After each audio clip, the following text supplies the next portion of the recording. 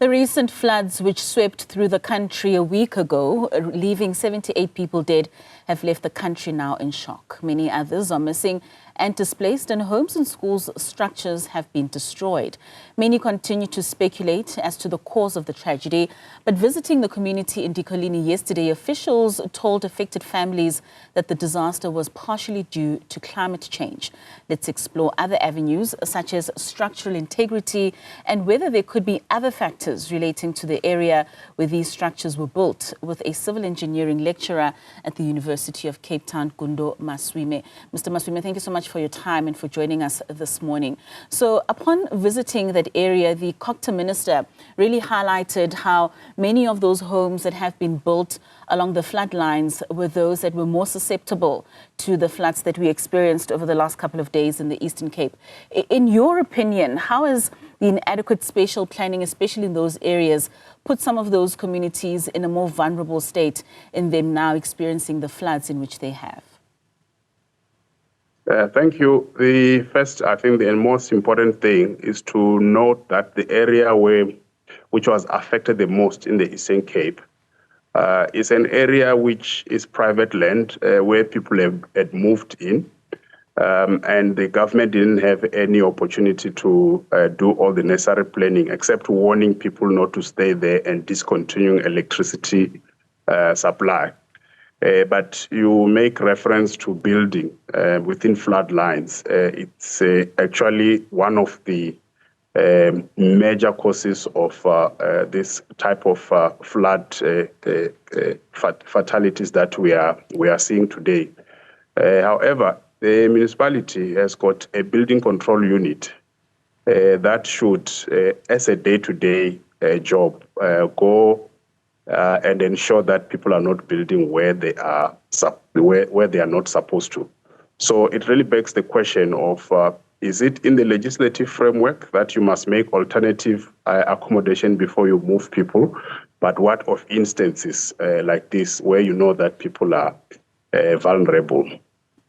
You speak of the building control unit whose responsibility would, on a daily basis, to go out and check if people are not building in incorrect spaces. Are we seeing that being done, not just in the Eastern Cape, but across the country, where we've experienced people who had built along the Yexke River and them having been to be removed after such disasters have taken place? Are we seeing that oversight taking place in order for us to prevent such disasters? Yes, what we notice, let's just take an example of the Yexke. It's not very far from Waterfall Estate, but if you try and put up a shack in Waterfall Estate, even next to your house, the building control unit will quickly stop you from doing that. So there is a sense in which most government departments, municipalities, we see it a lot. In fact, it's across the country.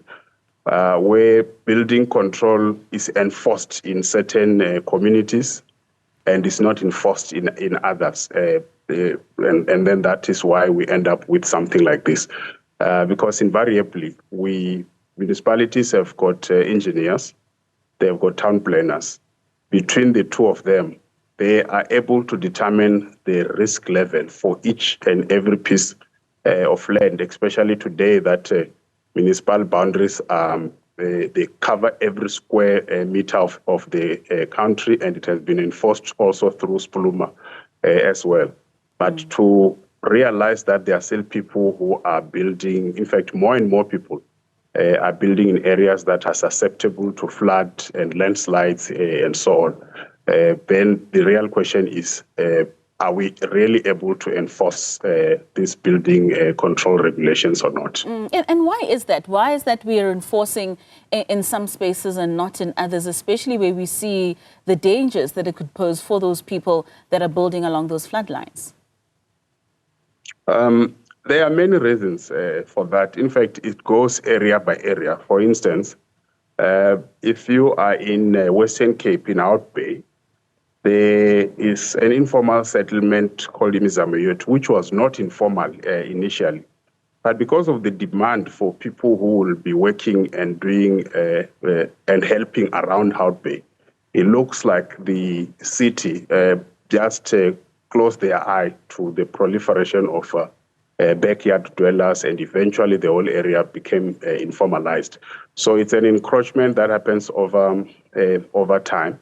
And in areas where you know this is most likely to happen, you can have building control unit stationed there permanently, and even get private security stationed there permanently. But it looks like government weighs the give and take of not being able to provide accommodation with a big influx. And for that reason, they decide that they are going to look the other way. What policy changes from a structural and civil engineering perspective would you recommend, especially when it comes to the putting up of informal structures in areas that could be prone to such disasters?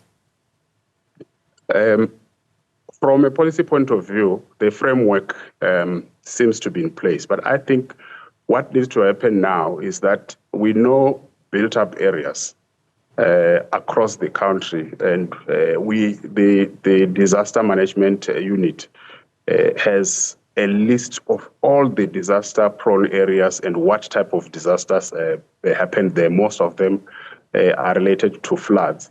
If we put together a team of geotechnical engineers and town planners and stormwater experts, they are able to mold, to actually model the risk profile for each and every neighborhood, starting with those that have experienced floods before, and then determine if people should completely not build there, or whether they should change the type of foundations or elevate their houses, or if there should be some interventions in channeling stormwater away.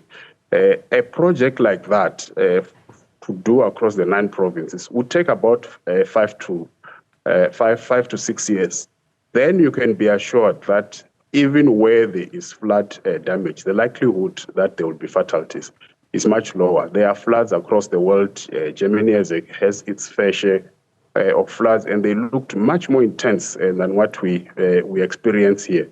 But you don't hear the number of fatalities that you get in South Africa. So I think we must start there. Government must be willing to undertake a long-term project which will give all the information needed to determine where people should not stay, or if they are staying there, what type of interventions need to happen and how they should build. And speaking of that long-term plan, I mean, we are seeing climate change and its effects that it has, like you're saying, globally, and we're seeing more and more of these floods happening in South Africa. How much of a role do you think that civil engineering needs to play in the urban planning and the urban resilience and working with government in mitigating the impacts of these floods in the future?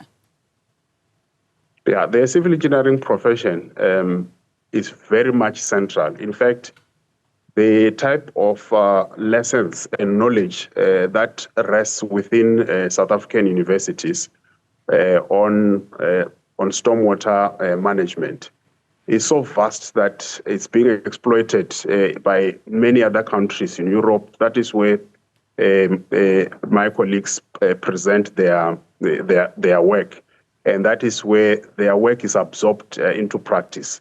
So I think the first steps were taken by the Council for Built Environment with their annual climate change conference. And from that, most of the scholars have gone to say, these are the steps that we need to take.